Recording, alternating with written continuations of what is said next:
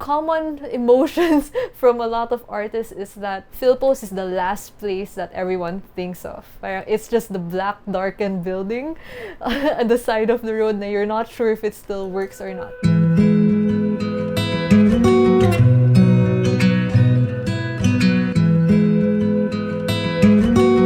Hello, I am Hannah or Haebi from Studio Haebi. Studio Haebi is a brand that I make cute things that I like and I share it to people with hopes that it will make you happy. So for today, we're going to talk about shipping internationally through Philpost.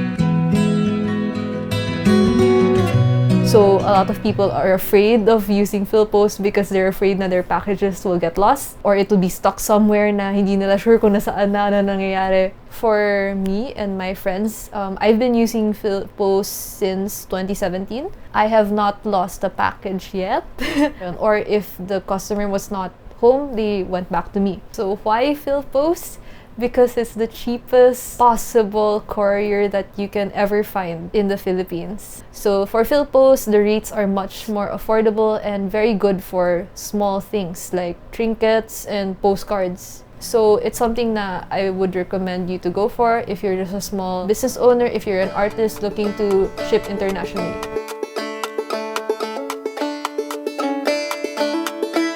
So first you get an order, or actually you can be sending to a friend. It doesn't matter if it's an order or if you're just sending to your friends. So once you have the intent to ship out an item, we go prepare a few things. So first we prepare the package. You package your products.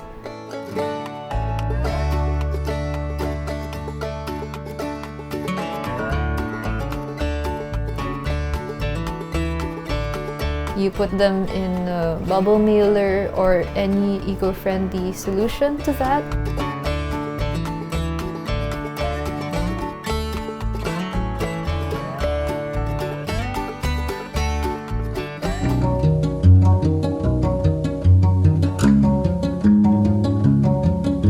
You go to your nearest post office, your nearest Philpost post office.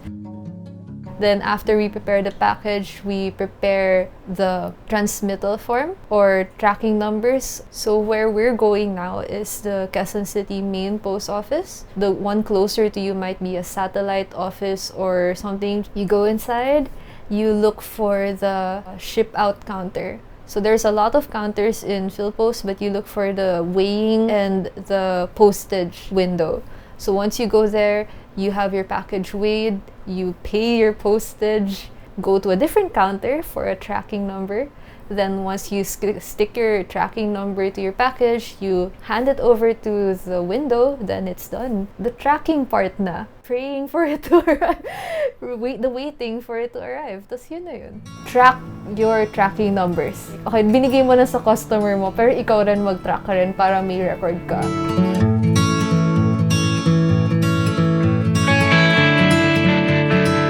If you're shipping a lot of items, let's say 20 items, hindi naman 100, 20 items, and the best way is that you prepare these beforehand na in your home. Tinimbang mo na sila lahat, and ako kasi, what I do is humihingi na ako ng tracking number from my post office.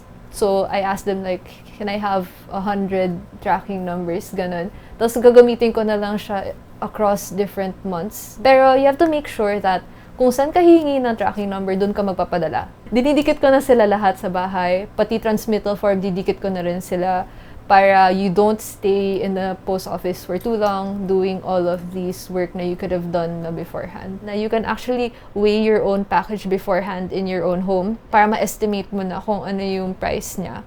So that's what I do, na kasi I weigh it here, then I write the price, lalo na kapag marami akong i-ship. Kunyari kapag hundreds yan, like you can't stay there and weigh everything. Then I arrange it per price para pag nag-print sila ng postage, parang tuloy-tuloy na, okay, ito 195, ito lahat, we'll stick it all, 195, ganun. So for pricing, Philpost has a spreadsheet of all of their pricing per country, per zone, per weight. So what we're looking for is the price for registered mail. And so registered mail means it has tracking number. For kunya, a simple single piece of pin, that's already actually more than 20 grams. That's more than 20 grams na. So, medyo nasa second layer na siya. So, sa US, mga nasa ano na yun, 200 something, 214. Pero this amount is actually equivalent to, basta mura na siya. Kasi kapag US to US, mga nasa ganun rin, mga $4 locally nila. Yun yung edge if you ship using Philpost. Like, if they're just ordering one pin, $4 lang rin yung postage mo going to US, from Philippines to US. Like, it's less daunting for your international friends to order from you compared to, kunyari, $10 ka na agad for just one pin. Kapag more pins, like, mas reasonable kasi according to weight yung pricing. But if it's just one pin, like, understandable if you compare Philpost to a private courier. Unless you're shipping something heavy. If your package is below 500 grams, okay sa Philpost. Sulit ka pa dun. But if it's more than 500 grams, like, go for private. Pag over 500 grams ka na, mas mahal na sa Philpost compared to the service that you get from a private courier. Kasi mas matagal pa sa Philpost, di ba? Pre-pandemic, it was very easy. Like, 2 weeks transit from here to US, kahit here to Europe. Mga 2 weeks rin. Tapos shorter that time for Asia. That pandemic, you just have to expect it all to be delayed. Like, my tip is that give time allowance. If you know it takes exactly 2 weeks, say that it takes 3 weeks. Make them expect na longer rather than and you promise them it will arrive at this time tapos hindi siya dumating.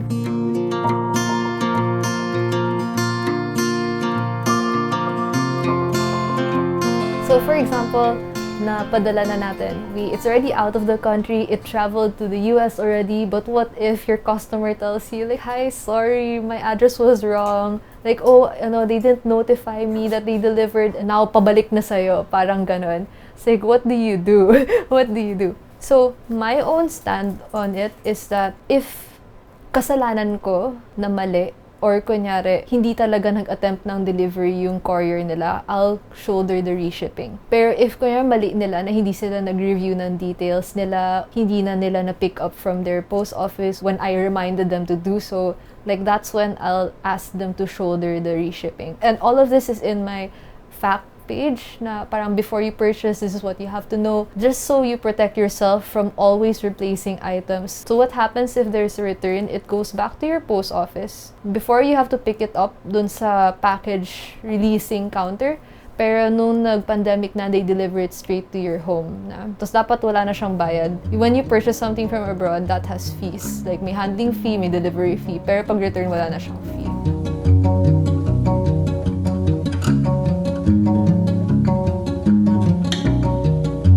So first is definitely include the accurate shipping pricing in your listing. Sa website and sa Etsy kasi may product price ka tapos may shipping price. So make sure na accurate yung shipping fee mo doon. Like kapag binawasan ka pa ng mga fees, kunyari Etsy has a fee and something, dapat enough pa rin yun to cover your shipping expenses. Like, not just your postage, but your shipping supplies, your bubble mailer, your packaging and everything. If you don't take those into account, mababawasan yung allowance mo from your product itself. So, you want to make sure na you have enough allowance both on your product and your shipping fee to cover all of your shipping needs and yung website fees.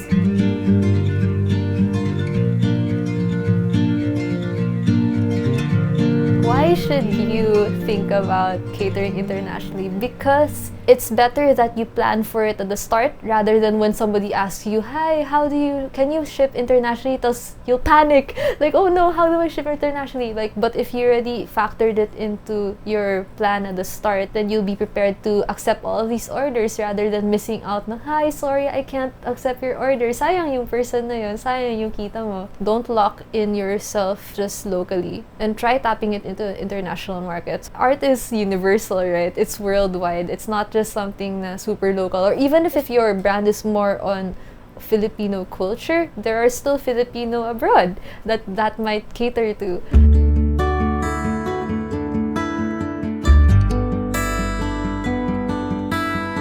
Like how I tapped into international market is I first looked if the merchandise I was selling is something that was uso, yung kino-collect ng mga tao abroad. So when I saw that there was a community there, I tapped into that and I looked for where they were. So if they were on IG, I'd go on IG. If they were on Facebook groups, I'll go to Facebook.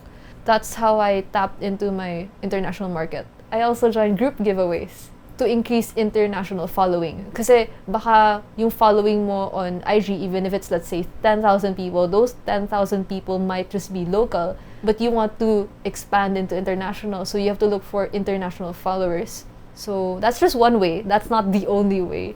Yun, baka kasi pwede rin sa YouTube, maybe yun sa tags mo on your social media. And you can also review your insight, your metrics of your audience. Where in the world are you reaching? You can see what is it about your content that reaches out to this specific group of people. Then if intent mo talaga na, hey, let's grow my international market, then figure out what works, what hits the most to them, then do more of what hits the most to this target market.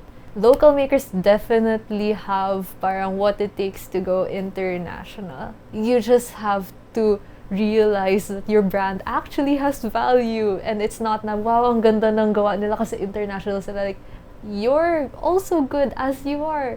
You don't put yourself down, basically. You can see that there's really talent in being Filipino. I'm also on Twitter. A lot of mga magagaling na artists, they're actually Pinoy. Pero not a lot of them have international stars.